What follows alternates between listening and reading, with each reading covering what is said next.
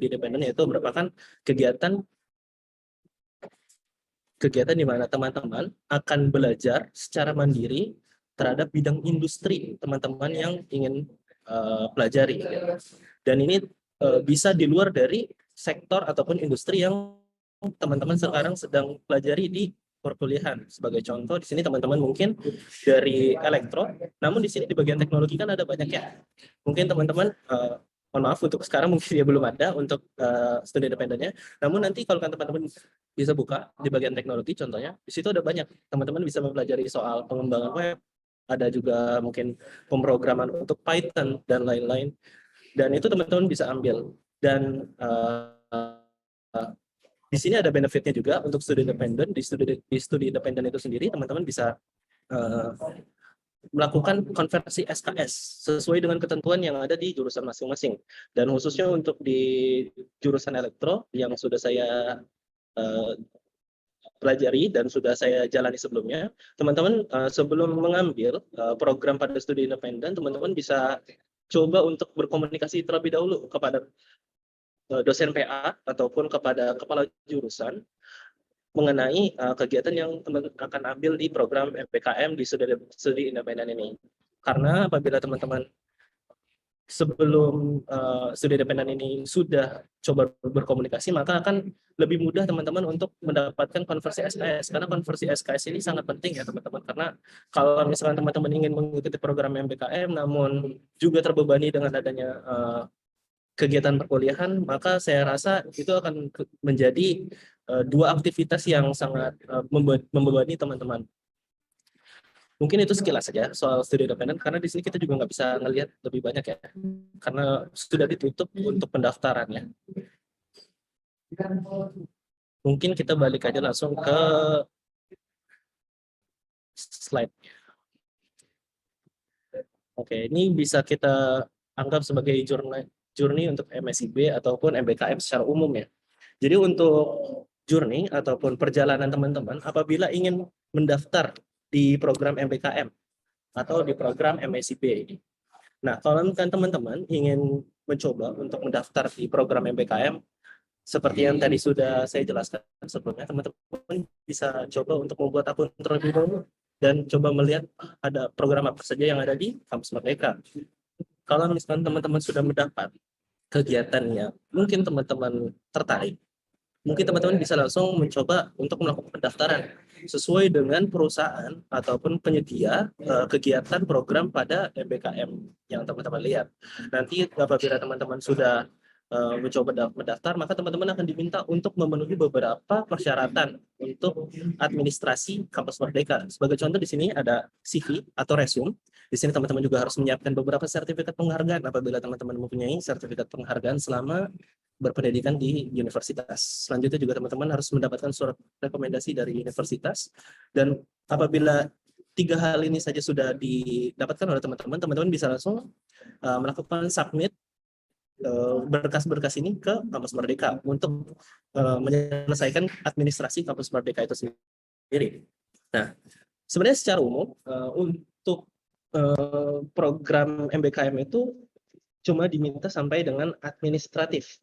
Namun, ada namunnya ya, ada beberapa perusahaan yang akan melakukan penerimaan atau tes sebelum di luar dari program Kampus Merdeka ini. Sebagai contoh gini, jadi kalau teman-teman sudah melakukan administrasi, teman-teman mungkin akan dites wawancara agar diketahui lebih lanjut oleh penyedia program MBKM ini. Sebagai contoh, mungkin ada perusahaan A, di mana perusahaan A ini sudah menjalin kerjasama dengan program MBKM, dan perusahaan A ini sudah melihat CV teman-teman, sertifikat juga, dan surat rekomendasi dari universitas. Namun, mungkin perusahaan A ingin mengenal lebih dekat teman-teman melalui beberapa tes yang mungkin mereka punya, yaitu mungkin salah satunya wawancara. Karena saya sering dengar teman-teman yang sudah mengikuti kegiatan MBKM ini akan dilakukan tes wawancara. Nah, nanti setelah tes wawancara, teman-teman bisa melihat apakah teman-teman diterima ataupun tidak diterima dari program MBKM ini. Nah, nanti setelah diterima, maka teman-teman akan melakukan kegiatan MBKM. Nah, kegiatan MBKM ini sebenarnya jalan umumnya itu 6 bulan. Namun ada juga yang mungkin 8 bulan. Namun umumnya karena 6 bulan, maka saya terus 6 bulan. Kegiatan MSIB ini ngapain aja sih atau MBKM ini selama 6 bulan? Macam-macam ya. Saya juga nggak bisa secara jelas untuk ngejelasin semuanya. Namun teman-teman di sini akan perkenalan pastinya mengenai job desk teman-teman selama di MBKM. Juga nanti teman-teman juga bisa melihat apa saja yang akan dikerjakan, dan juga nanti teman-teman ada beberapa hal yang mungkin akan menjadi capaian yang harus dicapai selama 6 bulan. Nah, untuk MBKM juga nanti diminta teman-teman untuk mengisi logbook harian. Logbook harian. Selain dari logbook harian, mungkin ada beberapa perusahaan yang akan memberikan tugas secara khusus teman-teman kepada teman-teman untuk memenuhi capaian kegiatan program MBKM ini, agar program MBKM yang teman-teman lakukan bisa dinilai secara jelas. Dan apabila teman-teman sudah melakukan pelaporan harian dan mingguan pada logbook dan juga mengerjakan tugas, maka teman-teman akan selesai pada program MBKM, dan teman-teman akan memberikan pelaporan akhir kegiatan MBKM atau MSIB. Nah, pelaporan akhir ini dalam bentuk apa? Laporannya sebenarnya sudah ada template-nya dari program MBKM atau dari Kemdikbudristek. Nah, apabila teman-teman sudah membuat laporan akhir, maka teman-teman sudah dinyatakan lulus dari program MBKM, dan teman-teman akan mendapatkan sertifikat juga mungkin merchandise. Biasanya merchandise dari perusahaan yang menyediakan program MBKM bersama dengan Kemdikbudristek. Oke. Ini mungkin journey untuk MBKM secara umum. Mungkin saya bisa untuk dari Saudara Tarik, ada mau ditambahin untuk MBKM?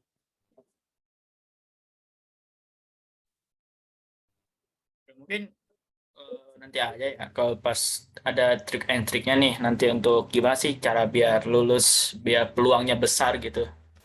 Mungkin kita jelasin aja di cara pengalaman kita kayak gimana, nanti tuh pas di lapangan kayak gimana. Mungkin kan setiap orang pasti berbeda nih, dari Abian dan sama saya pun pasti beda di lapangannya, kayak gitu aja.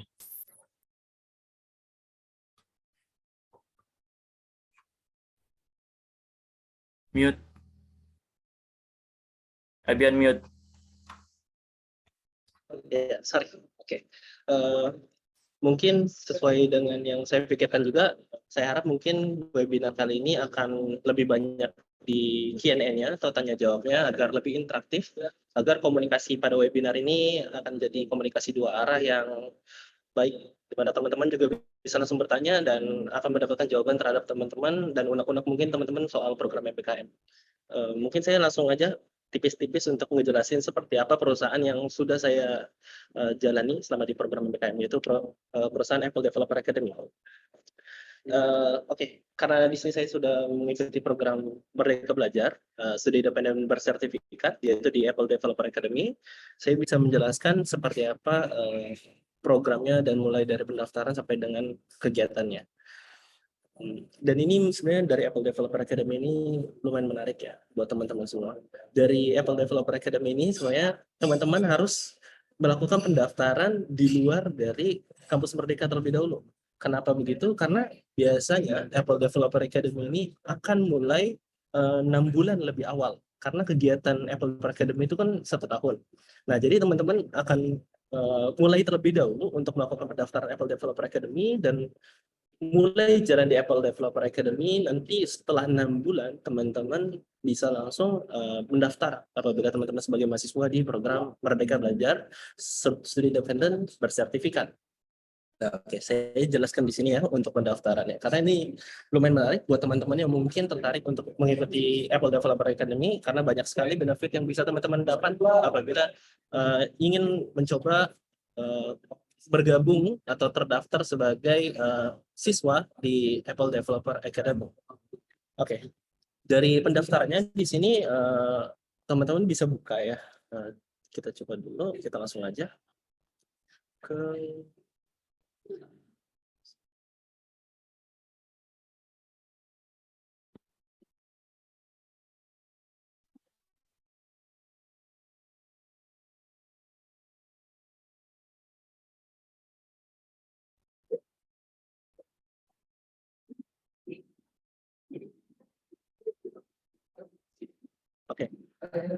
Mungkin saya jelaskan dulu lebih dari awal ya. Untuk Apple Developer Academy sendiri sebenarnya ada 3 ya di Indonesia. Yang pertama, untuk yang cabang pertama itu ada di Jakarta, yaitu Apple Developer Academy Binus. Yang kedua ada di Apple Developer Academy Ciputra di Surabaya ya, kalau teman-teman tahu. Dan yang ketiga ini, cabang ketiga ada di Batam, Apple Developer Academy Infinite Learning. Dan untuk saya pribadi, saya mengikuti kegiatan Apple Developer Academy ini di Batam, yang Infinite Learning.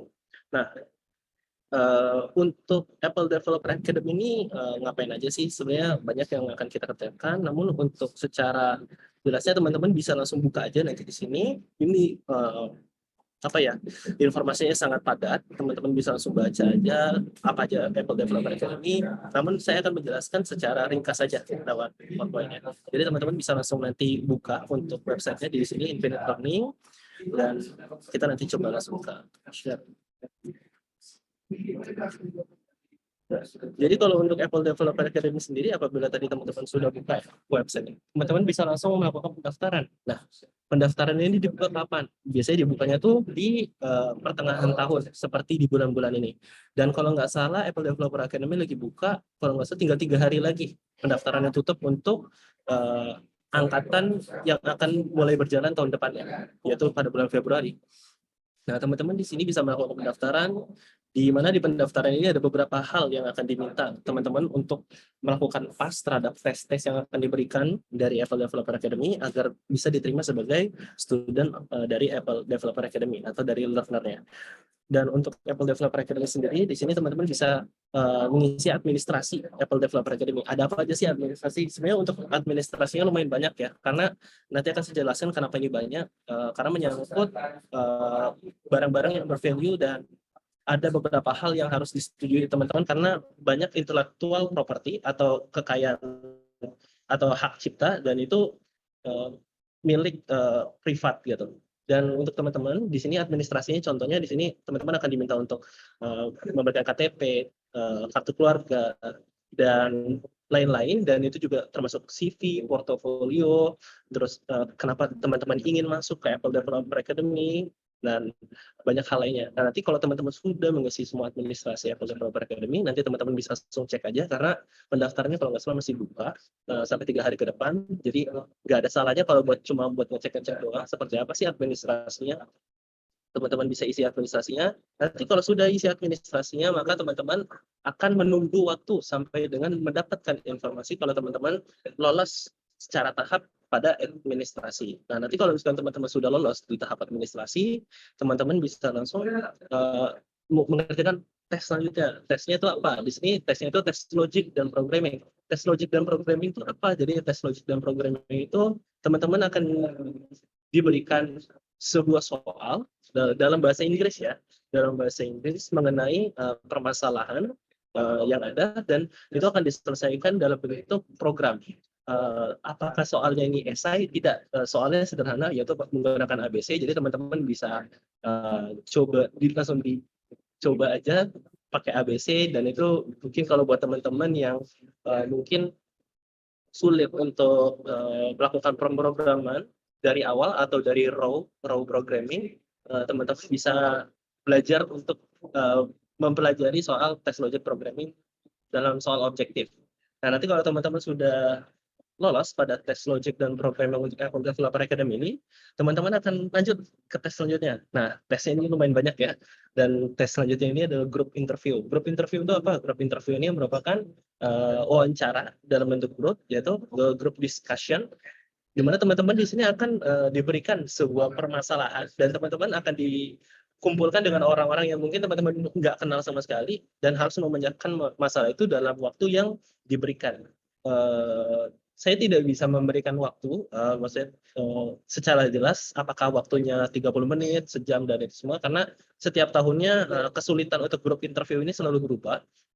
Jadi teman-teman bisa langsung mempelajarinya soal analytic thinking dan high ordinary thinking, di mana di sini teman-teman harus belajar bagaimana menyelesaikan masalah secara cepat namun tepat gitu. Ya, nanti kalau teman-teman sudah lolos pada grup interview, teman-teman akan lanjut ke individual interview. Individual interview itu apa? Jadi setelah teman-teman lolos di grup interview ini, teman-teman akan lanjut untuk diwawancara secara individu. Nah, wawancaranya itu dalam bentuk apa? Saya juga nggak bisa menjelaskan ya, karena yang saya dengar juga dari teman-teman yang sudah mencoba mendaftar lagi, individual interview ini selalu berubah-berubah. Namun lebih jelasnya dan lebih porosnya itu individual interview ini untuk mengenal teman-teman lebih dekat gitu. Jadi dari perusahaan Apple Developer Academy ini ingin tahu apakah teman-teman itu orangnya bertipe seperti apa, apakah introvert, extrovert. Tapi saya nggak bilang kalau introvert itu lebih bagus dari extrovert ataupun extrovert itu bagus dari introvert. Namun lebih kepada pribadi individunya. Kalian mau ngapain sih selama di Apple Developer Academy? Mungkin itu aja. Dan selanjutnya apabila teman-teman sudah lolos terhadap semua 4 tes ini, teman-teman akan diterima sebagai learner ataupun student dari Apple Developer Academy.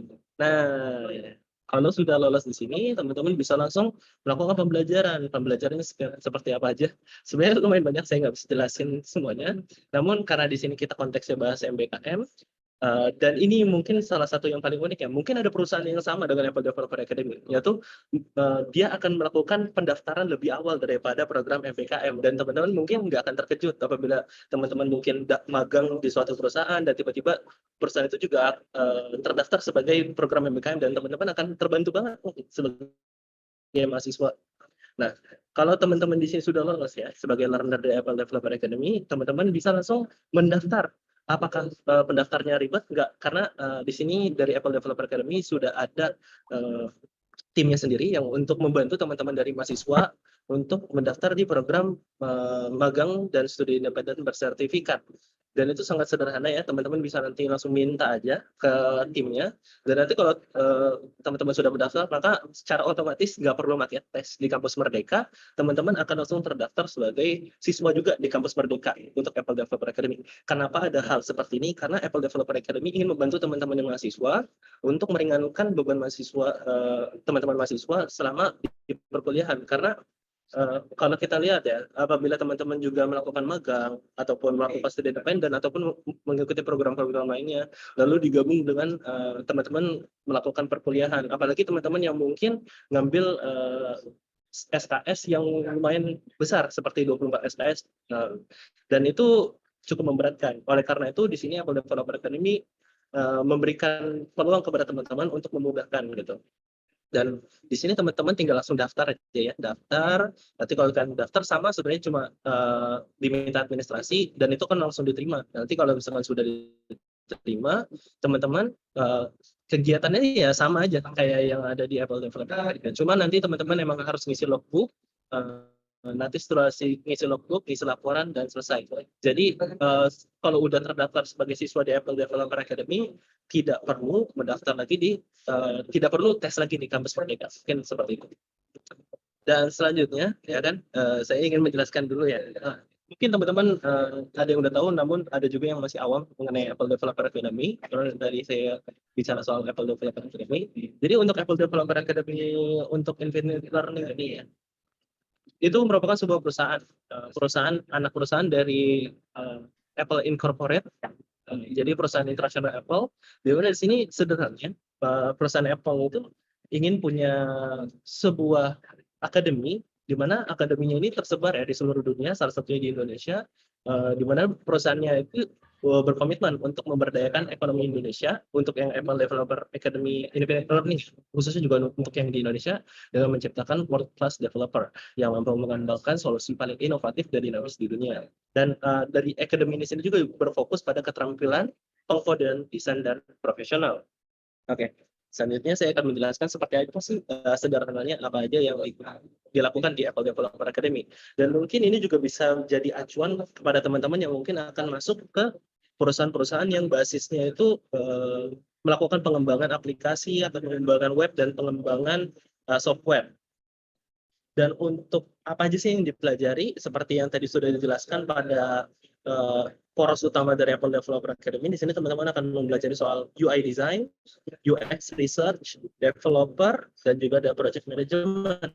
Nah, UI design itu apa? Jadi di sini teman-teman yang punya keterampilan lebih dalam melakukan desain untuk membuat sebuah desain grafis ataupun membuat sebuah animasi dan lain-lain. Di sini teman-teman juga akan mulai belajar lagi dari awal, ataupun teman-teman yang sudah expert bisa mempelajari lebih banyak lagi, lebih luas lagi, karena di sini akan lebih fokus kepada UI design di lingkungan Apple. Nah, selanjutnya di sini ada juga untuk UX research. UX research ini apa?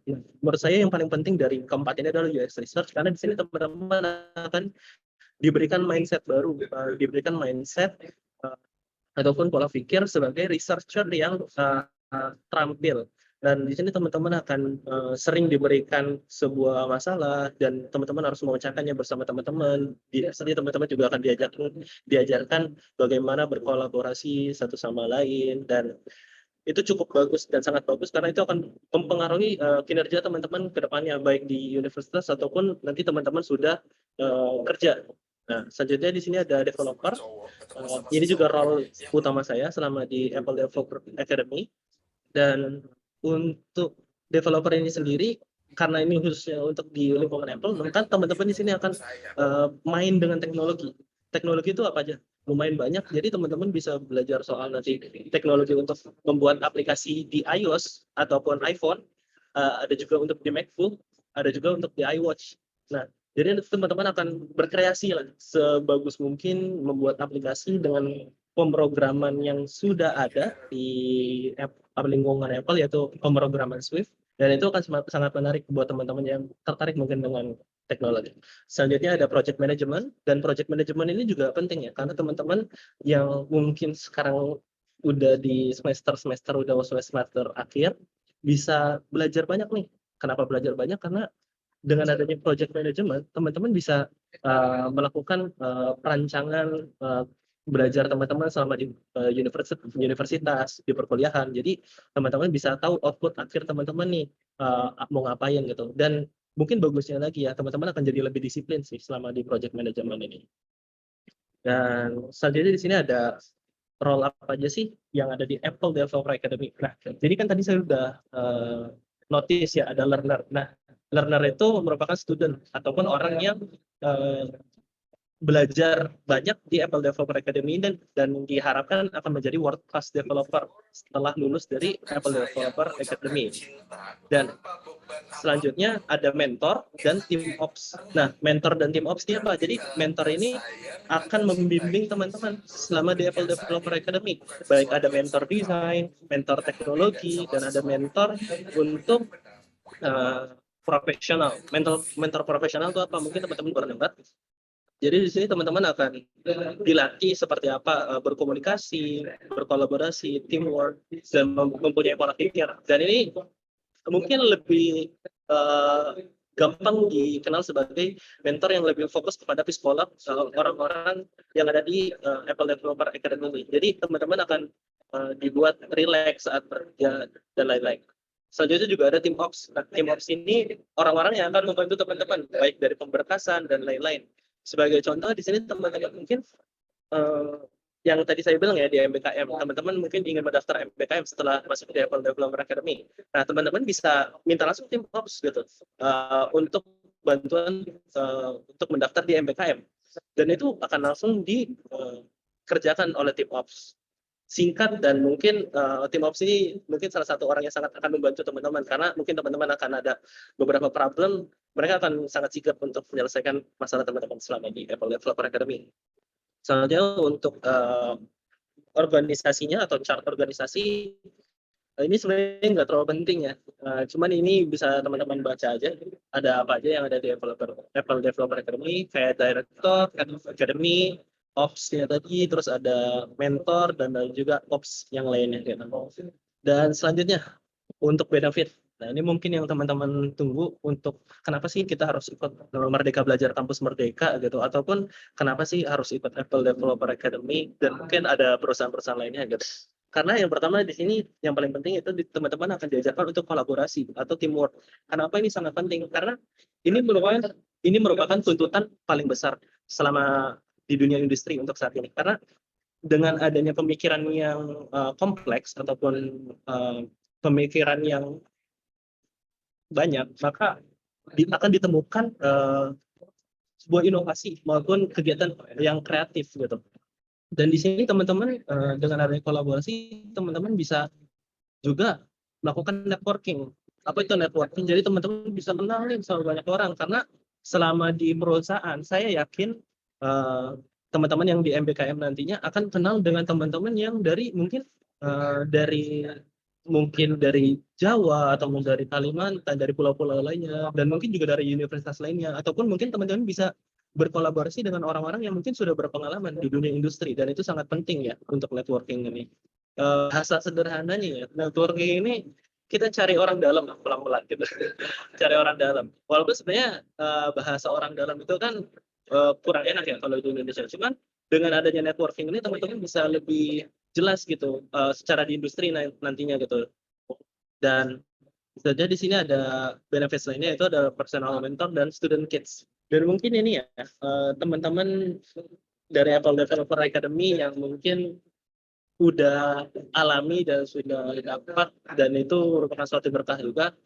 Yang pertama ada student kids. Kenapa gitu? Jadi student kids ini merupakan package yang akan diberikan dari Apple Developer Academy untuk student ataupun learner yang ada di seluruh daerah di Indonesia, di mana student kids ini akan berisi, sebenarnya isinya itu akan masing-masing ya, kayak tergantung setiap angkatan. Namun yang saya dapat student kids pada angkatan saya itu, saya dapat MacBook, saya dapat iPhone, dan saya dapat iWatch, di mana hal ini barang-barang tadi itu bisa digunakan oleh teman-teman selama berkegiatan di Apple Developer Academy. Kenapa begitu? Karena selama di Apple Developer Academy kan teman-teman akan mempelajari teknologi-teknologi yang ada di Apple, maka akan lebih bagus apabila dari pihak Apple Developer Academy akan memberikan experience yang sama kepada teman-teman untuk menggunakan barang-barang yang ada pada lingkungan Apple, dan teman-teman bisa menggunakan barang-barang tersebut, bisa digunakan sebaik mungkin sebagai jet-jet primer teman-teman. Dan ya saya harap teman-teman bisa menikmati aja untuk student kids ini. Selanjutnya ada personal mentor, dan personal mentor ini teman-teman bisa mendapatkan mungkin gambarannya seperti BK tapi personal. Jadi teman-teman ada keluhan entah di luar Apple Developer Academy maupun di Apple Developer Academy, teman-teman bisa langsung ngobrol aja nih sama personal mentor. Ibaratnya kayak psikolog pribadi lah. Teman-teman bisa ngobrol aja. Mungkin teman-teman yang nggak terbiasa ya dengan berbicara langsung kepada psikolog, teman-teman mungkin akan susah. Namun saya yakin kalau teman-teman akan sudah terbiasa, maka itu akan jadi hal yang baik ya, karena teman-teman bisa belajar banyak sih dari personal mentor. Selanjutnya ada salary dan software kit. Dan untuk yang terakhir ini, benefits-nya ini cukup cukup buat teman-teman ya. Mungkin untuk studi independen ini juga mungkin ada salah satu clue ya untuk studi independen. Mungkin buat teman-teman yang sudah dengar studi independen, mungkin ada yang merasa kecewa ataupun ada yang merasa terbantu. Sebagai contoh di sini, mungkin saya sudah pernah juga dengar kalau studi independen itu sebenarnya merupakan program yang tidak seharusnya dibayar oleh perusahaan ataupun tidak diajukan dana ke kampus mereka ataupun ke program MBKM.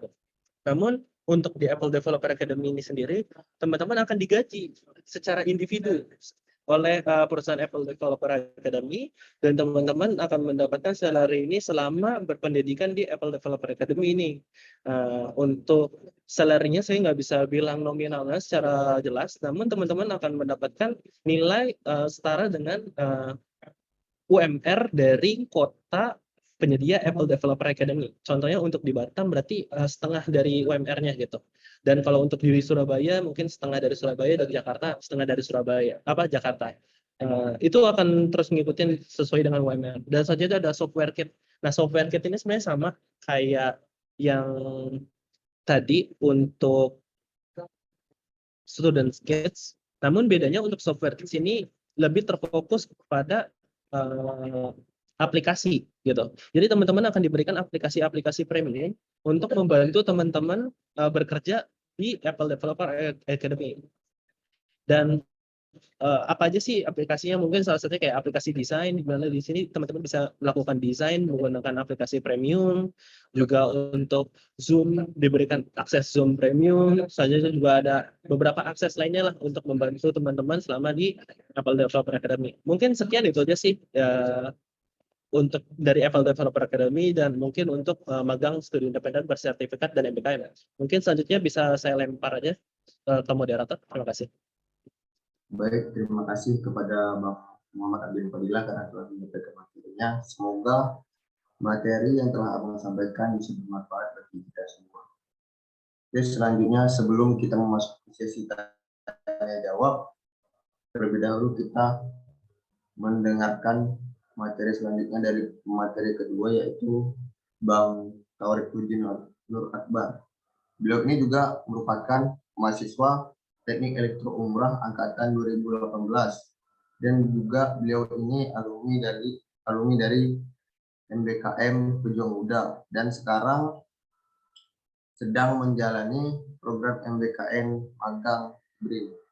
Baiklah, untuk tidak berlama-lama, kepada Bang Taufik Akbar kami persilakan. Oke, apa suara kedengaran nggak suaranya? Dengar, Oke, baik. Bismillah. Assalamualaikum warahmatullahi wabarakatuh. Selamat malam semua.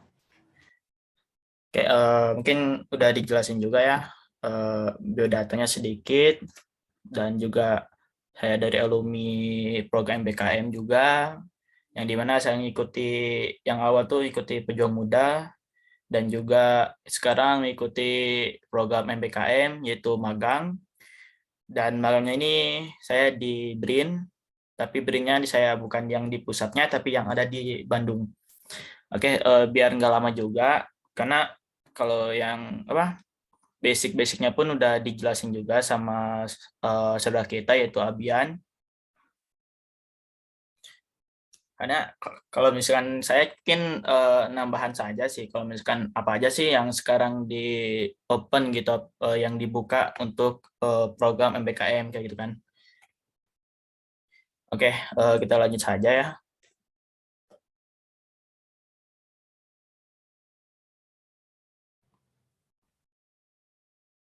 Oke, karena kan tadi udah dijelasin nih dari apa sih program MBKM yang di Kemendikbud tuh. Nah, kan tadi udah dijelasin ada berapa, ada 11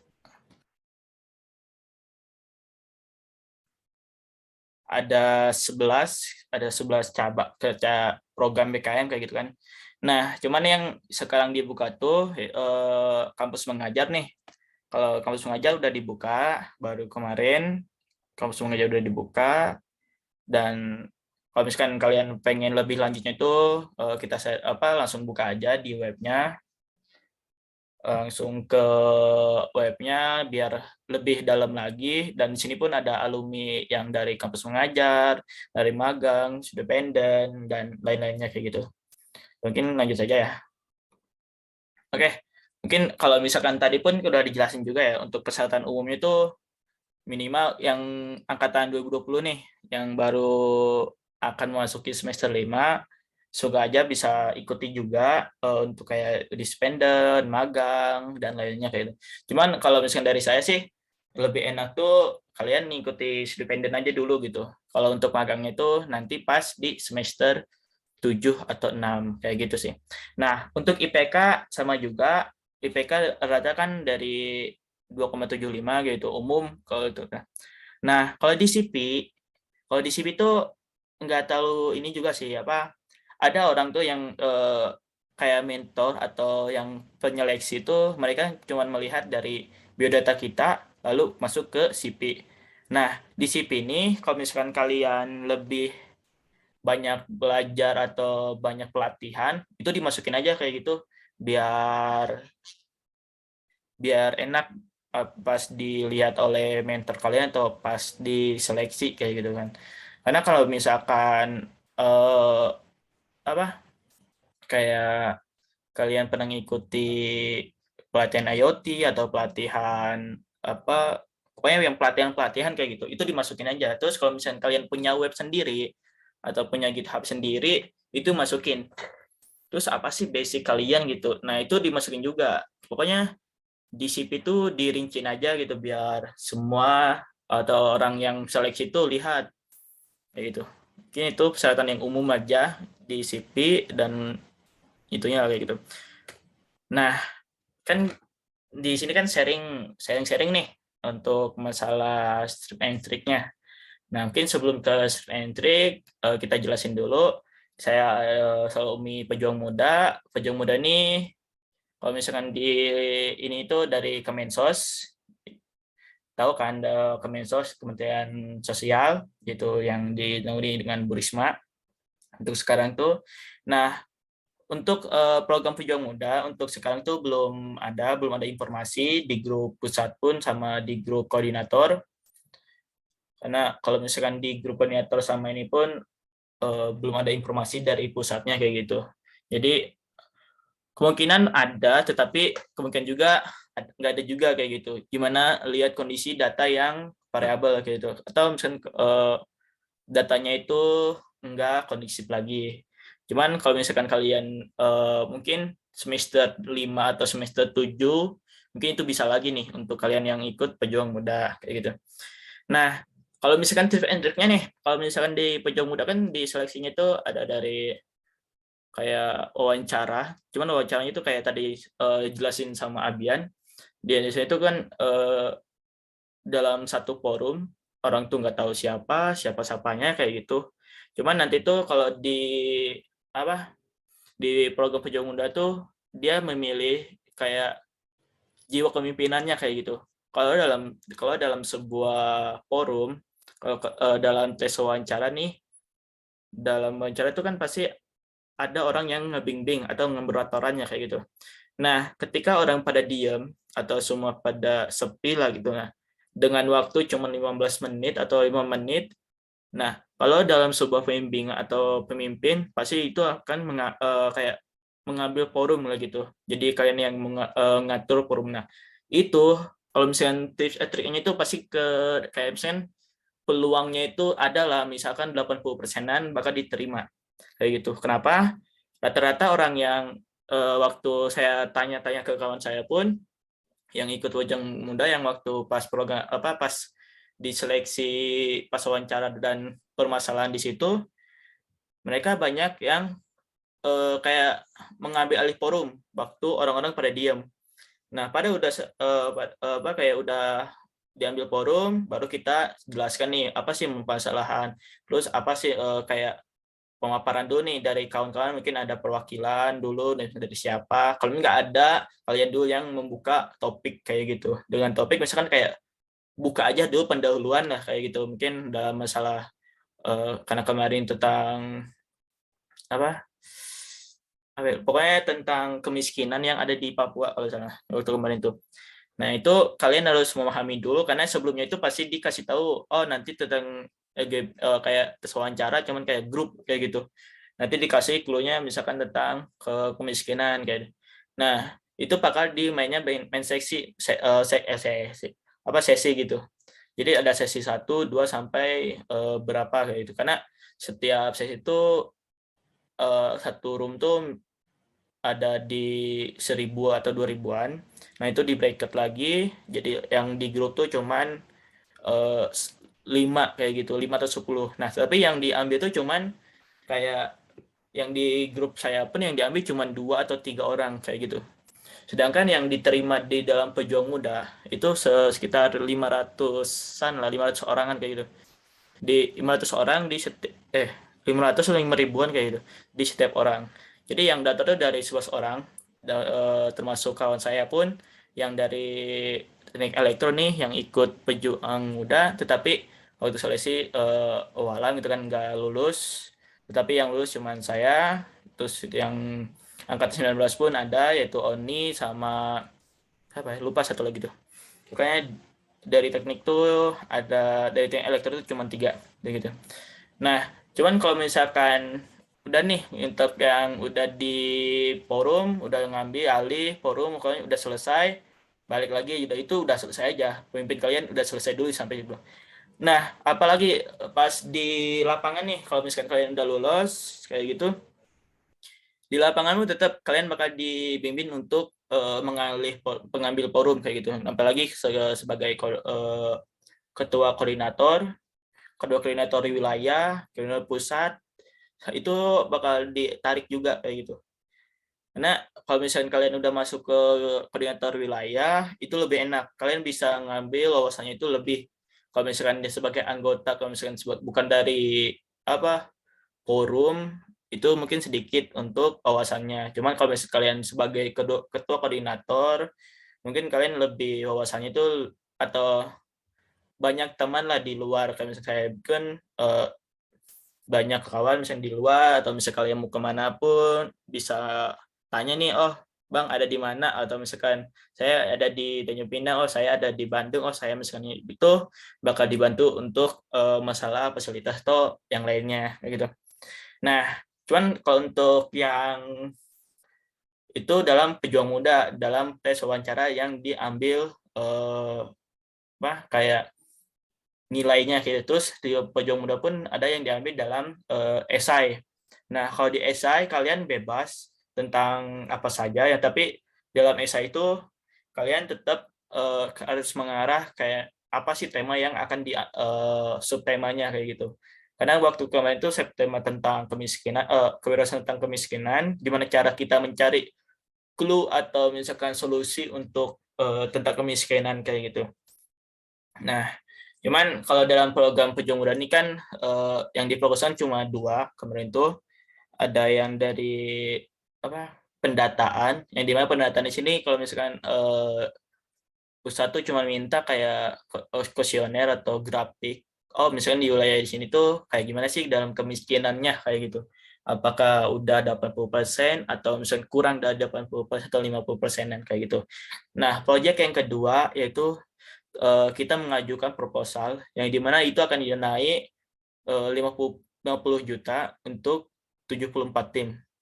74 tim dari seluruh wilayah kayak gitu. Wilayah itu dari provinsi, seleksinya dari provinsi masuk ke wilayah pusat kayak gitu untuk seleksi dalam proposal. Nah, dalam proposal pun kita nggak bisa kayak mengajukan sembarangan gitu. Jadi kalian di dalam proposal itu kalian harus fokus apa sih masalahan yang akan diangkat, karena kita di sini di dalam Kemensos berarti kita harus mengangkat dalam segi kemiskinan nih. Berarti dari kemiskinan tuh ada apa sih dalam di wilayah itu yang kurang gitu, kurang menarik atau misalnya kurang yang harus kita bantu gitu. Nah, waktu kemarin tuh kami dari pejuang muda dari Kabupaten Anambas, dan saya diletakkan di Anambas nih waktu kemarin tuh yang kami ngangkat tuh tentang cumi. Jadi yang kami buat tuh kayak rumah produksi cumi. Kan kalau misalkan cumi dari Anambas kan masih kayak oke, ekspor masih ekspor gitu. Cuman kalau untuk masa produksinya tuh kurang. Maksudnya kurang tuh, jadi kalau kita lihat kalau pernah atau ada orang yang dari Anambas, mungkin kalian bisa pergi ke ke desa Ladi atau desa apa gitu yang pokoknya ada desa Cumi, yang disebut tuh desa Cumi gitu. Karena di Anambas tuh kalau dibilang banyak yang enak atau misalkan banyak yang bisa diangkat tentang kemiskinan kayak gitu. Nah, cuman yang diterima tuh walam kayak gimana untuk seleksinya, karena kalau misalnya seleksi dari wilayah Pulau Anambas masuk ke wilayah keberapa gitu cuman kan mereka pun lihat dari segi proposalnya kayak gitu. Nah, untuk dalam segi di lapangannya gitu. Terus kalau misalnya di lapangan juga pun kalau misalnya kalian jadi koordinator lah, ada yang jadi anggotanya atau apalah gitu kan, kalian bakal lebih enak dan bakal dikenal juga dengan kecamatan koordinator, terus desa, dinas sosial yang di setempat, dan juga kalian bakal dekat juga sama bupatinya kayak gitu. Nah, apalagi kalau misalnya kalian udah dekat sama bupati, itu lebih enak, kayak fasilitas tuh bakal diberikan semua kayak bonus lah gitu, karena udah membantu wilayah kami kayak gitu. Nah, untuk yang pejuang modal, gimana sih biar lolos dalam seleksinya. Nah, terus kalau untuk yang kedua tuh, yang karena saya mengikuti magang, MBKM magang juga, sebenarnya kalau yang MBKM magang tuh sebenarnya saya kayak ikut-ikutan aja dulu kayak gitu. Oh, ada clue nih, apa kayak dikasih dari dosen, Rick ada nih magang yang di daerah Bandung kayak gitu, magang penelitian, itu yang dari di BRIN. Kalau dulu tuh bukan BRIN sih, kayak LIPI sebutnya itu LIPI, tapi setelah pembaruan jadi BRIN kayak gitu. Nah, di BRIN ini tuh banyak gitu, kalau kalian misalkan yang mau mencari subtema atau misalkan untuk skripsi kalian, atau misalkan untuk kalian untuk angkatan 19 atau yang 20 nanti yang pengen mencari wawasan juga di pulau atau di wilayah keluar dari Kepri lah kayak gitu, dan lebih enak juga karena di sistem ELSA atau ELSA BRIN ini bakal dikasih kayak topik-topik yang akan kalian kayak udah disediain gitu dari mentor. Mentor di sini tuh kayak untuk di lapangan dan yang bantu kami juga. Nah, kalau di BRIN atau di tempat magang tuh, kalau misalkan dilihat dari keberhasilannya itu dari misalkan tetap biodata misalkan dari biasa gitu, cuman terus dari sertifikat, terus juga dari CP-nya. Nah, dari CP nih, kalian kalau misalkan tadi udah dijelasin nih, CP itu sebenarnya penting kalau dalam kayak pengajuan atau misalkan kayak kita daftar nih. Karena kalau misalkan di CP itu kalau misalkan cuma sedikit, peluangnya pun bakal sedikit juga. Cuman kalau misalkan di CP-nya itu ada kayak kalian ngikuti pelatihan IoT atau misalkan apalah ikuti pernah program MKM kayak gitu, itu dimasukin aja. Terus kalau misalkan kalian punya website atau misalkan GitHub sendiri, itu lebih bagus karena setiap mentor tuh mereka nggak ngelihat di biodata kayak di dashboardnya gitu. Mereka cuma lihat langsung download ke CP-nya. Oh, misalkan di CP-nya itu ada kayak yang mereka butuhkan gitu kan, yang kami masukkan tentang IoT kan. Nah, berarti elektroniknya dapat di bagian IoT-nya. Terus apa sih nilai plusnya? Oh, kalian bisa main atau paham tentang programan C++ atau misalnya apa program yang lainnya, itu bahkan nilai plus. Dan kalau misalkan di peluangnya pun sama kayak 80% pun kalian bakal diterima kayak gitu.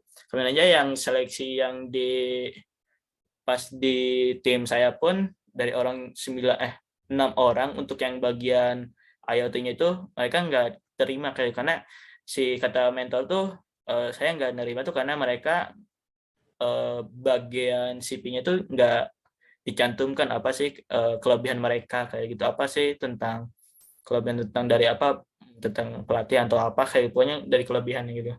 Nah, cuman kalau saya kan mungkin karena tim saya itu ada Johan sama saya dan Sonia dari Unsika juga, itu mereka memiliki background masing-masing. Kayak misalnya Johan kan rektor juga tentang IoT dan sama lainnya. Kan Johan mungkin udah tahu dia angkatan 19 dan juga kalau misalkan organisasi di DPM kan. Jadi kalian mesti udah tahu juga kayak gitu. Nah, selanjutnya kalau misalkan udah di lapangan udah masuk nih, apa sih yang akan nanti kalian di lapangan atau di tempat magang didapatkan tuh? Yang pertama, kalau misalkan menurut saya gitu, kita alat untuk skripsi itu udah gratis. Kita cuma kayak skripsi, kalau misalkan kalian lolos Sinta 2 atau jurnal Sinta 2, kalian bakal kayak udah gitu, nggak perlu skripsi lagi kayak gitu. Nah, itu tantangan untuk saya dan tim yang ikut BRIN untuk harus kayak lolos Sinta 2. Cuman kalau misalkan nggak pun pasti ada lah gitu kayak gimana solusinya kayak gitu. Nah, cuman kalau misalkan trik and triknya kan itulah dulu untuk pembukanya kayak gitu. Cuman nanti kalau misalkan ada yang tanya-tanya mungkin kita di forum aja nanti lah gitu. Nah, ini tim waktu di Pejuang Muda pas di Anambas. Yang baju merah tuh itu koordinator wilayah atau misalkan pembimbing wilayah, dan yang di tengah itu yang menggunakan baju batik PNS tuh itu kayak mentor kita yang ada di dinas sosial kayak gitu. Dan tim kami harusnya ada timnya itu 10 orang, cuman dua orang kayak mengundurkan diri dan ada orang juga yang pindah lokasi kayak gitu.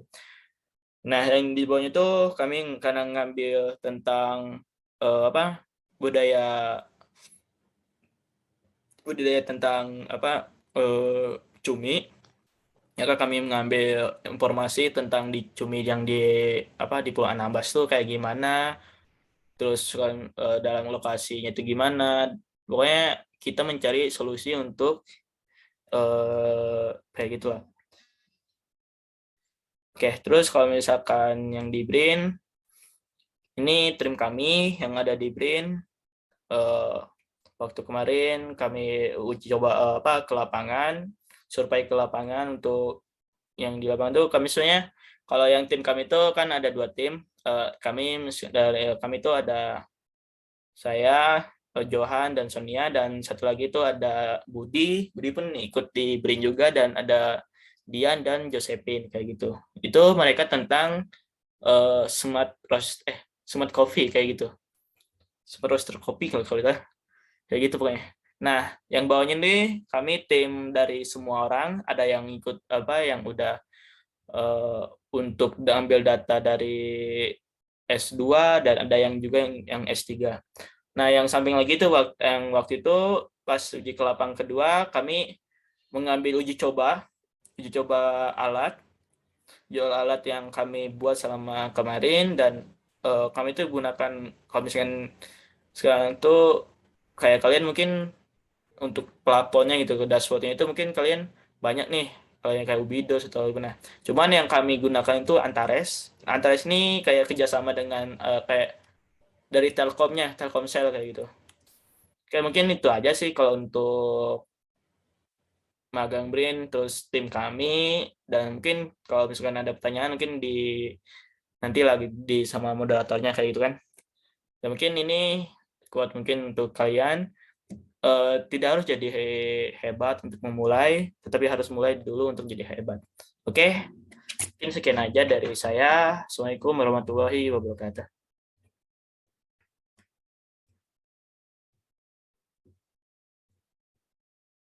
Oke, baik, terima kasih kepada Bang Torik sebagai narasumber yang telah menyampaikan materi.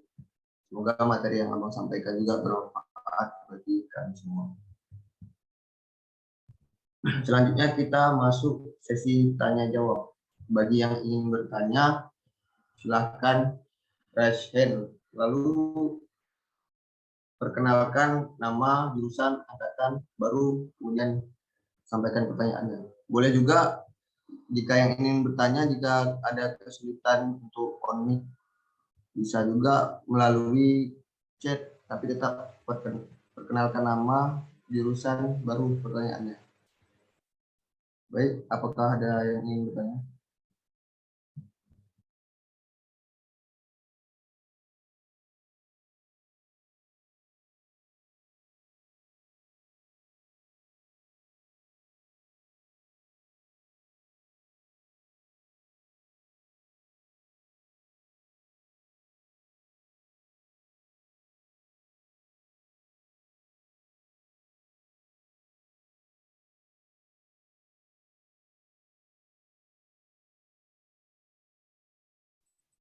Yuk, teman-teman yang mau nanya langsung aja.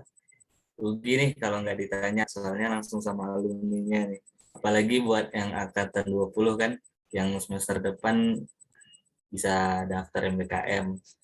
Yang angkatan 21 juga nih, kan bisa tanya tips and triknya biar jadi bekal, biar persiapannya lebih matang lah nanti untuk ke depannya.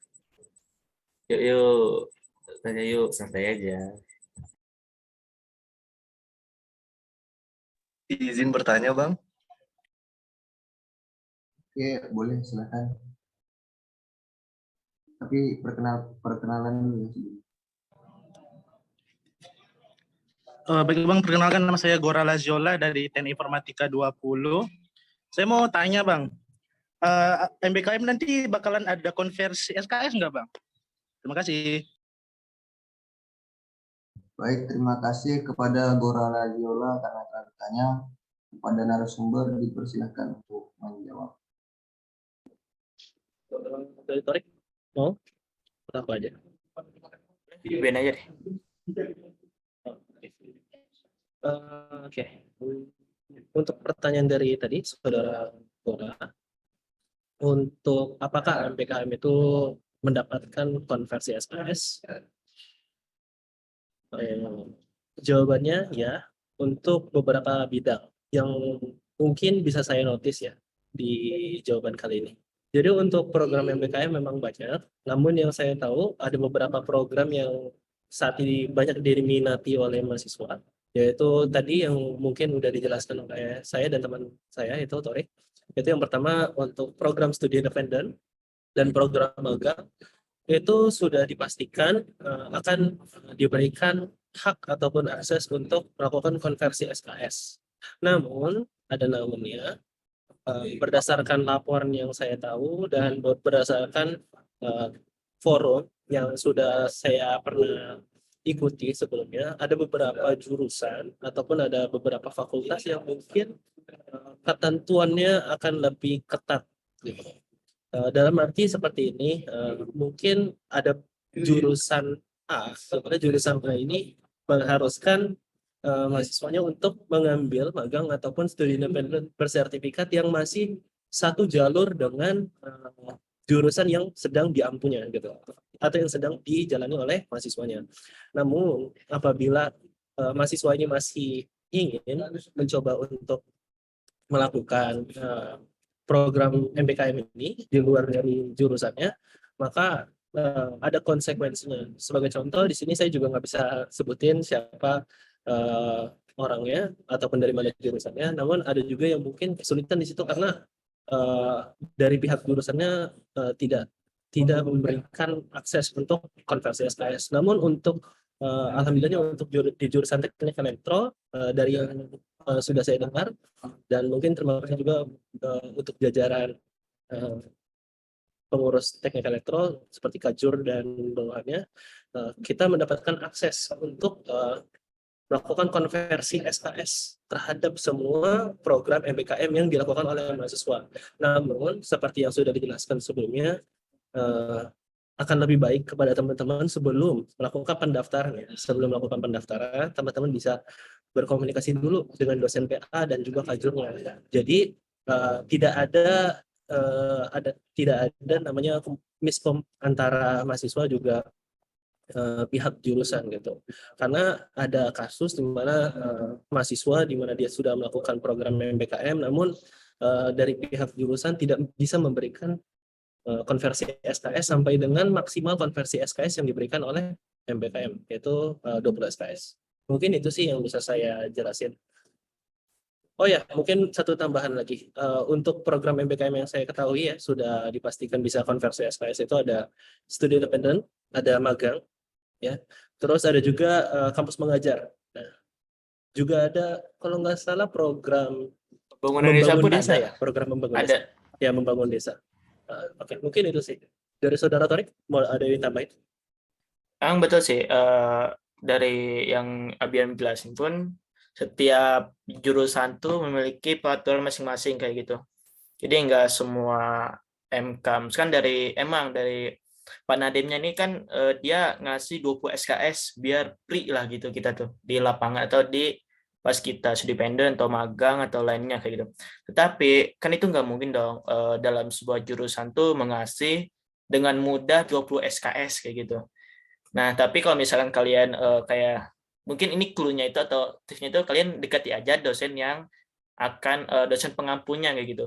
Biar dapat kelonggaran lah gitu dalam tugas, dalam absen dan lain-lain gitu. Karena kalau misalkan kalian nggak dekat sama dosen pengampunya atau misalkan nggak konfirmasi ke dosen pengampunya itu, yang betul itu bakal sulit kayak gitu. Sulitnya itu emang kerasanya itu waktu kawan saya yang ikut kayak MBKM, kayak misalkan Abian pun pernah mengikuti juga, mereka sambil belajar, kayak harus membagi waktunya gitu. Sedangkan mereka siangnya kerja lah gitu, dan paginya harus, atau misalkan pas ini kayak bentrok. Tapi kayak Abian kan udah kayak kerjasama atau misalkan konfirmasi ke dosen pengampu, dan itu pun kayak dia kan ada dari nggak terlalu diketat gitu, kayak gitu sih. Jadi kalian kalau misalnya itu kayak bilang aja dulu, misalnya bilang dari dosen pengampu, dari Kajur, dari dosen PA-nya, gimana baiknya kayak gitu. Jadi jangan langsung ngambil, oh pokoknya saya bakal 20 SKS, itu nggak mungkin. Cuman kalau misalkan ada kayak SKS tabungan kayak gitu, mungkin itu bisa. Kalau misalkan di setiap jurusan tuh sama kayak, cuman kalau misalnya di jurusan itu mungkin pas saya itu kemarin pas Pejung Muda kan ada ISA SKS kayak itu banyak, dan saya mengambil ISA SKS itu di semester 8 kayak gitu. Kayak gitu sih. Jadi jangan berpikir 20 SKS itu bakal dikomisi semua, karena setiap jurusan itu bakal beda SOP-nya atau standarnya kayak gitu. Oke, itu aja sih.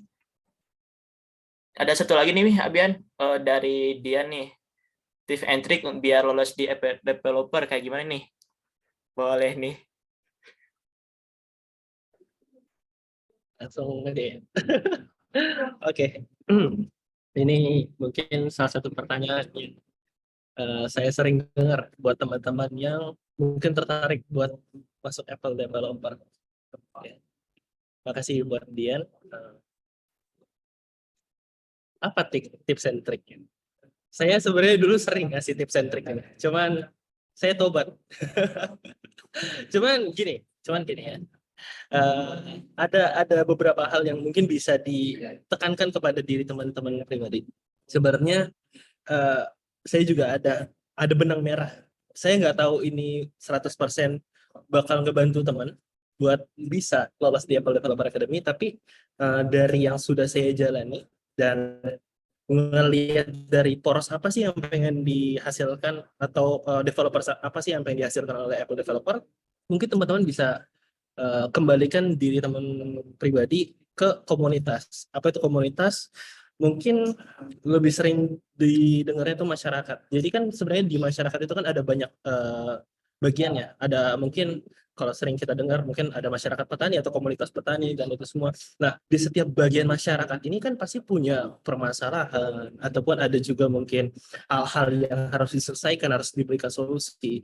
Dan Apple Developer Academy ini lebih pengen memfokuskan agar lulusan dari Apple Developer ini bisa bermanfaat di masyarakat. Titiknya di situ, ingin bermanfaat di masyarakat. Jadi mungkin ya buat teman-teman, karena biasanya ya orang yang ikut Apple Developer ini atau yang mengikuti pendaftaran ini nggak lolos di interview individu. Nah, ini menariknya. Orang mungkin bisa jenius, sangat jenius. Saya pernah ketemu orang yang sangat pintar. Dia di grup interview lolos, namun setelah di individual interview enggak.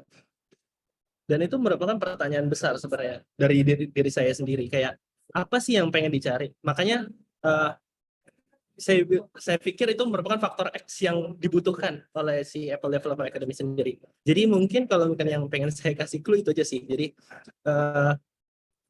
kembalikan diri teman pribadi untuk bagaimana caranya berkontribusi banyak buat masyarakat. Selanjutnya mungkin teman-teman bisa nih, kalau untuk yang basic ya, karena kan tadi kan ada tes-tes basic, coba belajar lagi programming, karena sebenarnya kalau ada yang nanya, Bang itu programmingnya kayak gimana? Programmingnya sederhana kok. Belajar aja soal Object Oriented Programming atau OOP. Gimana ngejelasinnya ya? Saya nggak bisa ngejelasin secara detail karena lumayan ribet. Cuman belajar aja soal programming sederhana, gitu ya. Karena itu akan mudah banget. Dan satunya lagi, primernya itu harus bisa bahasa Inggris. Harus bisa ya di sini, harus. Karena nanti teman-teman saat sudah menjadi student, semua materi yang akan diberikan itu akan dalam bentuk bahasa Inggris, nggak ada Indonesia. Sebenarnya itu untuk ngelatih teman-teman sih, karena diharapkan kan lulusan dari Apple Developer Academy ini akan menjadi developer kelas dunia gitu.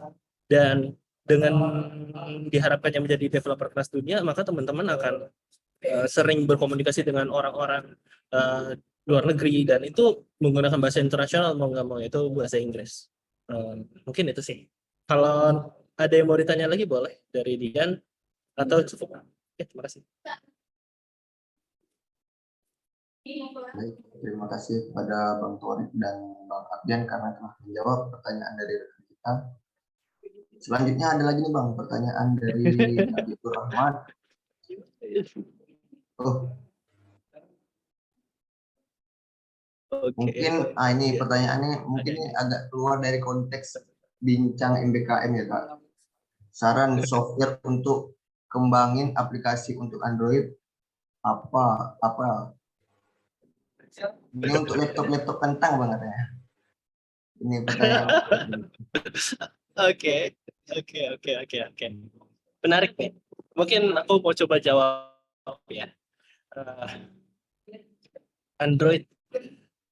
Untuk pengembangan software Android sebenarnya ada banyak ya. Saya juga belum nyobain semuanya karena setahu saya IDE untuk pengembangan aplikasi Android itu banyak banget. Namun saya pikir kayak mungkin teman-teman yang punya laptop udah sekelas RAM 2 ke atas, karena kan sekarang kan basicnya rata-rata laptop itu udah punya RAM 4 dan prosesornya mungkin udah Intel, yang penting jangan Intel Celeron. Karena kalau setahu saya jarang deh sekarang laptop Intel Celeron. Itu biasanya bisa sih gunakan IDE yang populer aja, atau yang populer kayak VS Code, mungkin teman-teman udah tahu Visual Studio Code, atau mungkin bisa juga menggunakan Android Studio yang paling sering dipakai. Sebenarnya dari pengembangan Android ya, aplikasi Android itu bukan berarti aplikasinya. Mungkin kalau teman-teman yang udah pernah coba ngembangin aplikasi Android, udah tahu itu namanya emulator. Jadi emulator ini sederhananya teman-teman itu membuka dua operating system, membuka dua operating system di dalam satu hardware gitu. Dan mungkin yang ngeberatin di situ sih. Jadi ibaratnya teman-teman itu punya laptop, tapi teman-teman juga buka HP ini di dalam laptop gitu. Dan teman-teman tahu dong, kayak buka HP aja itu kan punya prosesnya pribadi kan. Nah itu udah berat. Nah sebenarnya yang bikin berat tuh emulatornya gitu. Nah, untuk dari saya pribadi ya, sebenarnya teman-teman gunain aja sih Android Studio. Kenapa Android Studio? Pertama, dari komunitasnya itu udah gede banget. Kenapa gede? Karena semua orang gunakan Android Studio setahu saya ya. Dan dengan Android Studio juga teman-teman bisa temuin nih kayak gimana sih cara untuk lebih efisien dalam menggunakan Android Studio, mungkin untuk yang laptop ataupun hardware yang speknya kurang gitu.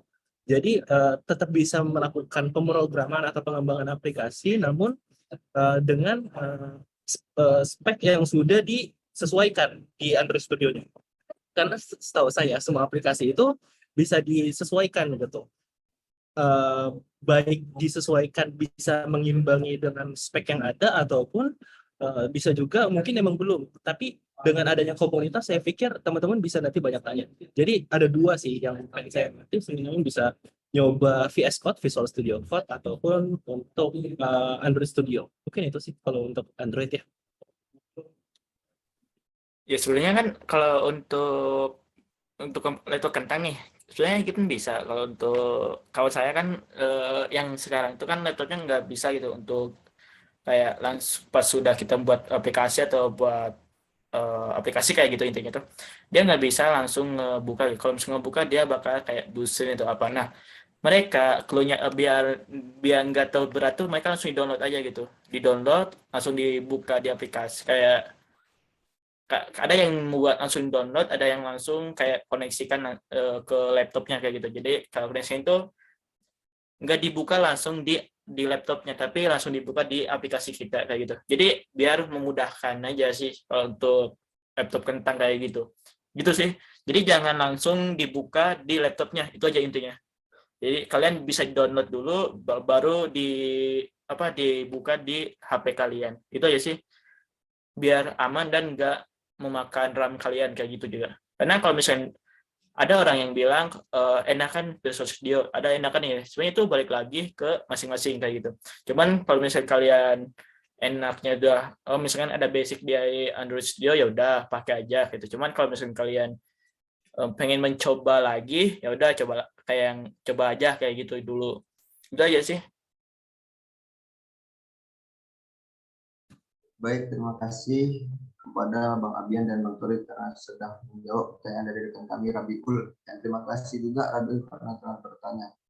Oke, selanjutnya apakah ada yang ingin bertanya lagi? Jika ada, silakan.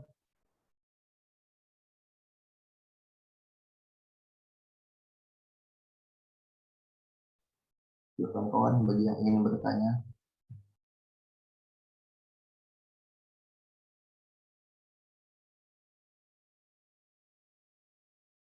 Izin moderator, mungkin aku nih yang ingin bertanya nih. Mau nanya ke Bang Torik, kalau untuk benefit ikut pejuang muda tuh apa ya Bang? Apa mungkin ada souvenir kids-nya yang kayak Apple Developer Academy yang Bang Abian ikut, atau gimana Bang? Mohon penjelasan ya Bang, makasih. Oke. Oke, memang lupa sih tadi nggak dibilang kan benefit kalau di pojok-pojok muda deh. Sebenarnya kalau kata kawan-kawan kami itu kayak kawan saya lah gitu kan. Kalau pojok muda tuh kayak nggak ngotak lah gitu. Nggak ngotak kayak gini. Kalian kayak untuk ke sebuah pulau atau misalkan ke sebuah provinsi tersebut atau kabupaten itu kalian bakal didanai dari dalam perjalanan, transportasi, pokoknya soal itu semua didanai. Terus apa aja sih? Pokoknya dari uang saku. Uang saku tuh kalau pesan kami tuh kalau dibilang entah antara 4 jutaan lah gitu sebulan. Nah, itu belum nih sama uang transportasi. Jadi uang transportasi itu sekitar kalau dibilang ada 3 juta lebih kayak gitu. 4 juta kurang kalau untuk transportasi. Nah, kalau misalkan kerjanya itu kayak gimana sih? Kami ke lapangan misalkan seharinya itu dapat 290 per hari. Itu per hari loh untuk pejuang muda. Kenapa? Mungkin karena pejuang muda kan terjun ke lapangan, langsung ke lapangan, terus ya di lapangan pun sebenarnya nggak terlalu banyak juga sih makan atau jajan gitu. Karena kebanyakan, kayak saya pun malah sering kayak dikasih makan lah gitu sama apa kayak dari pendamping atau misalnya dari masyarakat gitu. Jadi kalau pas ke sana sebenarnya kita kayak ngedata nih, ngedata doang, cuman kayak kasih makan. Ya, sayang dong kalau ditolak, ya makanlah gratis. Jadi kita tuh cuman makan tuh cuman malam aja. Cuman ada kayak gini, ada keperluan di setiap daerah kan pasti beda-beda nih keperluannya kayak kalau dibilang Anambas tuh kalau misalnya di Anambas atau di Tarifnya itu ada rada mahal lah gitu. Cuman kalau misalkan kita ada yang di Jawa, ada yang di Pacitan atau yang di mana mungkin beda-beda kayak gitu. Jadi kalau misalkan benefitnya itu pertama uang saku, uang transportasi, sama itu aja sih kalau misalkan kalau untuk baju itu kayak ada komunitasnya atau misalkan ada yang inisiatif gitu untuk membuat itu untuk kenang-kenangan kita. Kemarin saya cuma ngambil baju PDH dari Pejuang Muda. Ada sih sebenarnya ada dua motif, ada yang hitam sama yang putih. Kalau yang putih itu kayak PDH-nya Kemensos. Jadi kayak nggak mau lah gitu takutnya disamain jadi Kemensos gitu kan. Jadi saya ngambil PDH yang hitamnya. Gitu aja sih. Jadi cuma ada dua aja sih. Uang saku, uang transportasi. Gitu ya. Oke, terima kasih buat telah menjawab. Dan terima kasih juga untuk Budi telah bertanya. Dan selanjutnya apakah ada yang ingin bertanya lagi nih dari rekan-rekan? Kalau ada dipersilakan untuk bertanya, bisa juga dari chat.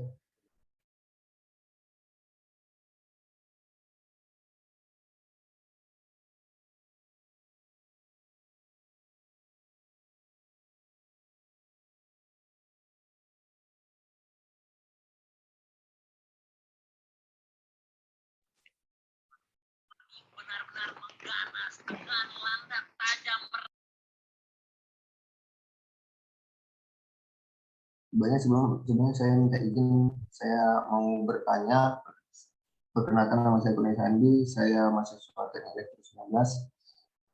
Saya mau bertanya kepada Bang Abian untuk studi independen di Apple Developer Academy ini kira-kira yang telah Abang jalani ini durasinya itu berapa lama ataukah hanya 6 bulan atau bahkan bisa lebih? Dan terima kasih. Saya coba bantu jawab ya untuk pertanyaan yang tadi. Berapa lama program dari Apple Developer Academy ya?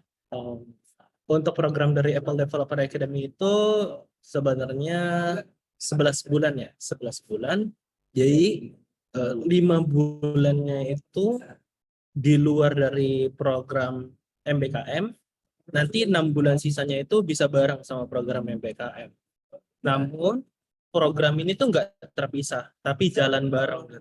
Jadi saat teman-teman udah daftar duluan dan udah jadi learner di Apple Developer Academy, nanti teman-teman tuh tinggal ikutin aja kegiatannya. Nanti waktu pas udah di program MBKM-nya, teman-teman tinggal buat laporan doang tiap hari. Kayak ngapain aja setiap hari. Nanti kalau misalkan udah, nanti teman-teman tinggal bikin laporan akhir, selesai. Jadi nggak ada kayak dua pembelajaran yang berbeda gitu saat udah kena di program MBKM. Sama, cuman program MBKM ini sebenarnya kayak gimana ya? Kayak ngasih tiket ke mahasiswa biar dimudahkan untuk pembelajaran waktu pas di kuliahnya gitu. Kayak dikasih tiket untuk bisa konversi 20 SKS gitu. Mungkin itu sih kalau untuk Apple Developer Academy. Baik, terima kasih Bang Abdian. Selanjutnya apakah ada nih yang mau ditanyain lagi nih dari kawan-kawan yang bergabung di Zoom? Kalau ada, dipersilakan untuk bertanya.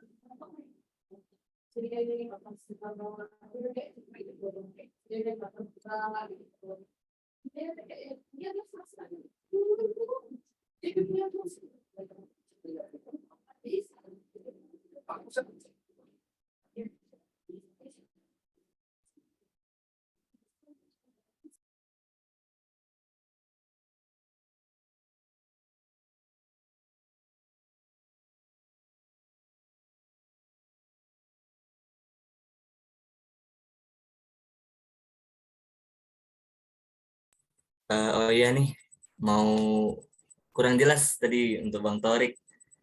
Cuma nanya ini sih, untuk penempatan dari pejuang muda tuh itu ditentuin atau enggak, Bang? Yang sesuai domisili atau gimana? Kasih. Kalau untuk pejuang muda ya, kalau waktu kemarin kan sebenarnya di situ ada kita bisa memilih gitu. Bisa memilih kita mau ngambil di mana gitu. Cuman pas saya pun kan kemarin milih di Tanjung Pinang kemarin tuh. Cuman eh, entah kenapa gitu dilempar ke Kepulauan Anambas gitu. Cuman kalau menurut saya ya oke-oke aja gitu, mau aja gitu. Cuman kalau misalkan ada orang yang kayak nggak disetujui nih sama orang tuanya kayak gitu karena dipindahin sepihak gitu. Padahal mereka milih berdekatan atau kayak gimana gitu. Cuman ya kayak gitu sih. Kalau misalkan penempatan tuh waktu awal kita memilih. Cuman pas udah dipengumumin waktu itu tuh kita sebenarnya kalau dari pihak panitia tuh nggak boleh kayak kita pengen pindah nih seenaknya saja kayak gitu. Cuman karena ada 1000-an lebih untuk apa kayak ngajukan untuk pindah daripada apa kegiatan itu batal atau kayak gimana, jadi panitia melonggarkan gitu. Cuman untuk persyaratan itu kedua pihak tuh menyetujui apabila mereka kayak bukti screenshotannya atau bukti tertulis. Terus ada lagi kayak apa misalkan di wilayah tersebut tuh misalkan ada orang misalkan di A nih atau di Pinang atau misalkan di Jawa Barat, misalkan di Jawa Barat tuh di Bandung. Nah, di Bandung tuh misalkan ada kan setiap daerah tuh 10 slot nih atau 10 orang. Nah, di apa kayak di Bandung tuh misalkan ada 7 orang. Nah, itu kita bisa kayak pindah langsung ke apa kayak pindah ke Bandung kayak gitu dengan syarat ada buktinya kayak gitu. Oh, di tempat Bandung tuh atau kreditor yang di Bandung tuh cuma 7 orang kayak gitu. Itu bisa untuk memindah kayak gitu. Tapi kalau misalkan kita pengen aja gitu bisa mau di mana pun yang penting kegiatannya lancar kayak gitu, aman kayak gitu. Terus kayak nemu timnya pun aman, nggak ngeribetin terlalu kayak gitu. Mungkin itu bisa aja sih. Jadi kalau misalkan kalian misalkan ditempatin dimanapun, kalian boleh komplain boleh. Terus tapi komplain pun lebih baik kayak gitu enak, lebih baik ambil aja gitu di luar daripada di daerah tersebut kayak gitu. Itu aja sih. Baik, terima kasih kepada Bang Torik dan Budi karena telah bertanya. Selanjutnya saya mau nanya nih sama Bang Torik. Itu kan kalau pejuang muda ini kan sering turun ke lapangan kan Bang. Itu banyak nggak kesulitan yang Abang alami dalam perkuliahan ya kan? Sebagian ada juga yang perkuliahan masih masih jalan Bang. Oke, Sekian, terima kasih. baik. Kalau untuk perkuliahan nih, sebenarnya karena saya koordinator tim dalam wilayah tersebut, kami membagi waktu gitu. Oh, kita tuh minta data kayak MK mereka nih sama jamnya. Jadi kalau misalkan pagi kan sebelum berangkat tuh kayak kita sarapan, kita diskusi dulu siapa yang ada kuliah. Kalau misalkan kuliah tersebut emang nggak bisa ditinggalkan atau misalkan cuma kayak bisa absen aja, ya udah kita lanjut ke lapangan kayak gitu. Cuman kalau misalkan di tim tersebut kan saya kan ada 8 orang dibagi dua jadi 4, satu tim tuh dibagi dua dibagi 4 jadi satu tim itu 2 orang. Cuman kalau misalkan di satu tim tersebut ada kendala, balik lagi ke tim tersebut apa boleh kayak untuk boleh nggak misalnya ke lapangan atau enggak kayak itu. Cuman pas kendalanya itu mereka biasa aja sih, kayak waktunya kayak kuliah, oke kuliah aja dulu, nanti kita ngambil ada siangan. Jadi kita harus tahu jam mereka itu jam berapa selesai. Pas sudah selesai, kita baru konfirmasi sama pendamping desa kayak gitu. Pendamping desa, oh saya nanti ke desa ya Pak untuk data ke masyarakat gitu. Nah, kesulitan yang nomor kedua itu sinyal. Karena di aplikasi ini tuh harus online terus. Maksudnya online tuh eh, untuk ngebuka atau map-nya pun harus kayak ada gotingnya gitu. Jadi ada lokasinya, longitude sampai ininya kayak gitu. Cuman kami udah mengakali untuk yang lost sinyal. Sebenarnya kami kalau misalnya disebut lost sinyal tuh semua wilayah yang di saya tuh sama kayak gitu semuanya dapat. Cuman kalau misalkan kita mengakali itu bisa saja. Terus terus yang kendala yang kemarin tuh yang yang saja tuh kayak pas kami ke sana tuh kan kayak angin timur tuh ngebar deh. Ya kalau misalkan daerah laut tuh pokoknya ombak tuh nggak normal gitu, jadi naik. Jadi kami nggak bisa menempuhi kayak pulau-pulau yang jauh kayak gitu. Misalkan kayak kan kami saya kan di Anambas nih. Nah, dan domisili untuk dinas sosialnya itu di Tarempa. Nah, jadi kami untuk daerah Jemaja dan lainnya itu sedikit kendala. Kami aja waktu pas di lapangan untuk pulau yang depannya, itu depan itu tuh apa ya, Pulau Mata gitu. Nah, itu hampir nggak diizinkan. Cuma pas lihat kondisi di lapangan memungkinkan gitu. Jadi kami berangkat pagi, terus pas pulang pun lihat kondisi juga. Cuma di Pematak pokoknya ngejar waktu. Cuma dikasih waktu cuma 5 hari. Pokoknya kita kerjasama dengan bupati untuk mendanai dari atau memfasilitasi tentang moto, kendaraan di lapangan, rumah dan lainnya itu di pokoknya pasti di lapangan. Itu aja sih. Jadi jangan berpikir di lapangan tuh susah untuk belajar. Sebenarnya itu bisa aja belajar, cuman gimana manajemen waktunya aja sih. Gitu sama manajemen timnya kompak atau enggaknya. Gitu aja sih. Pokoknya kalau misalkan ada satu hari itu kita jalan atau misalkan refreshing lah gitu mau ke pantai atau kemana itu bagus juga.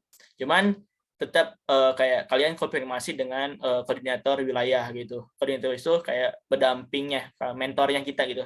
Kan ada mentor pusat, dan mentor wilayah, dan mentor dan koordinator tim itu aja sih. Terima kasih untuk Bang Torik karena udah menjawab. Selanjutnya, ini dari peserta nih, rekan-rekan apakah ada yang ingin nanya lagi nih?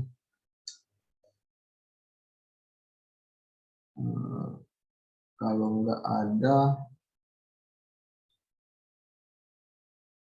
nggak ada, mungkin dari Bang Tori ataupun Bang Abian nih, ada nggak yang mau disampaikan kepada rekan-rekan nih? Ya, mungkin saya dulu untuk kalian yang ingin ikut gabung di MBKM dan mungkin ada yang udah ngikut MBKM, sebenarnya ada komunitas MBKM dimana untuk menaungi kalian semua. Komunitasnya itu cuman ada di Telegram. Cuman kemarin pas itu pendaftarannya udah ditutup. Cuman kalau misalkan informasi kayak gitu, insya Allah saya di share lah gitu kan. Nah, untuk pokoknya CP sama pas wawancara kalian harus siap, jangan sampai kena mental lah kayak gitu kan. Pokoknya kalian harus siap, apa yang harus ditanyakan atau misalkan yang ditanyakan jawab aja. Jawab aja. Kalau misalkan nggak tahu, udah cukup ya, maaf Pak, saya tidak tahu, atau misalkan kalau misalkan kalian tahu sedikit ya udah dijawab aja gitu. Cuman jangan memaksakan bahwasanya kalian so pintar kayak gitu. Jangan jadi kayak so tahu kayak gitu aja sih. Mungkin dari Aben ada ditambahkan ya? Oke. Kalau aku dikit aja sih seputar MBKM ini ya. Karena tadi kan dari tadi kita udah bahas teknis soal MBKM. Tapi saya pengen coba bicara dikit soal poin penting dari adanya MBKM ini buat teman-teman ya. Kan sebenarnya kan force penting MBKM ini kan buat ngebangkitin passion teman-teman nih. Jadi mana tahu teman-teman kan sekarang kan lagi kuliah di jurusan masing-masing, mungkin ada yang dari elektro, ada yang dari informatika, ada yang dari perkapalan. Tapi teman-teman ingin coba ngembangin lagi passionnya agar lebih terfokus dan lebih siap untuk di industri. Namun dari saya pribadi mungkin teman-teman bisa coba introspeksi dulu ke diri teman masing-masing, coba lihat lagi apa sih passion teman-teman, pengen jadi apa sih nanti ke depannya gitu. Karena saya yakin program BKM ini benar-benar sangat bermanfaat ya, karena di luar dari adanya nanti teman-teman ngikutin program kerja praktik ataupun magang, kegiatan MBKM ini lebih ini sih, lebih rapi rancangannya, dan teman-teman juga akan mendapatkan kurikulum yang mungkin lebih menampilkan realita yang sama seperti dunia kerja. Mungkin saya nggak bisa ngejelasin kayak apa sih dunia kerja, nanti teman-teman cobain langsung, karena dari apa yang saya punya pengalaman dan saya juga dapat informasi dari teman-teman yang lain, rasa dari magang biasa dan magang yang ada di MBKM ataupun belajar bersama komunitas dengan belajar studi independen di MBKM itu beda banget gitu. Dan apapun yang teman-teman pilih di MBKM ini akan menentukan teman-teman ke depannya gitu. Sedikit banyaknya akan menentukan gitu. Dan mungkin ya dari program MBKM ini saya rasa akan banyak dari teman-teman yang mungkin ya punya passion yang mungkin di luar dari bidang teman-teman sekarang. Mungkin teman-teman yang sekarang dari elektro ternyata tertarik untuk lebih belajar soal programming, pengembangan web atau pengembangan aplikasi, ataupun mungkin teman-teman yang dari informatika justru mulai pengen belajar soal microcontroller, otomasi, PLC dan lain-lain. Atau ada juga yang dari perkapalan nih pengen belajar kembangin aplikasi dan lain semua. Itu nggak masalah di MPKM. Jadi teman-teman terlepas dari entah konversi atau gimana, teman-teman bisa mulai nih start kesiapan diri teman-teman sendiri sebelum masuk ke dunia industri, karena apa yang diajarkan di MPKM ini udah sesuai banget dengan yang ada nanti di dunia kerja. Bagaimana nanti teman-teman berkolaborasi dengan tim teman-teman sendiri, terus habis itu nanti teman-teman akan diberikan permasalahan, memecahkan sebuah permasalahan dan memberikan solusi. Itu semua tuh nanti ada di MPKM. Dan saya harap teman-teman juga nggak boleh terlalu cepat mengambil keputusan dan jangan gegabah untuk program MBKM ini. Bisa coba hubungi dulu untuk dosen PA-nya, juga kajurnya mengenai passion teman-teman, dan coba konfirmasikan terlebih dahulu nih sebelum terjun langsung ke program MBKM. Dan mungkin itu aja sih dari aku. Saya harap teman-teman nih yang sekarang lagi ngikutin webinar bisa berpartisipasi dengan baik di program MPKM, cetak kreativitas, cetak inovasi baru buat individu masing-masing, buat diri teman masing-masing, juga jaga nama baik universitas. Juga saya harap teman-teman bisa nemukan kesiapan diri teman-teman masing-masing di dunia industri gitu, dan bisa sukses nanti. Oke, itu simpel dari saya. Baik, terima kasih pada Bang Abian dan Bang Torik telah menyampaikan materinya, dan terima kasih juga kepada teman-teman karena telah berpartisipasi dan aktif dalam Zoom. Semoga materi-materi yang disampaikan dari narasumber akan menjadi bermanfaat untuk kita semua dan berkah pastinya. Baik, selanjutnya saya kembalikan lagi ke Saudara Budi Sejati selaku MC. Oke, baik. Terima kasih moderator. Nah, selanjutnya sampailah kita di penghujung webinar kali ini. Saya selaku MC webinar hari ini mohon maaf sebesar-besarnya apabila ada tutur kata yang salah maupun pembawaan dari saya yang kurang berkenan di hati rekan-rekan. Untuk sebelum kita tutup, mungkin kita akan adakan sesi dokumentasi untuk kawan-kawan mungkin yang bisa on cam bisa ini kita on cam. Oke. Kita dokumentasi ya. CSS. Oke, 1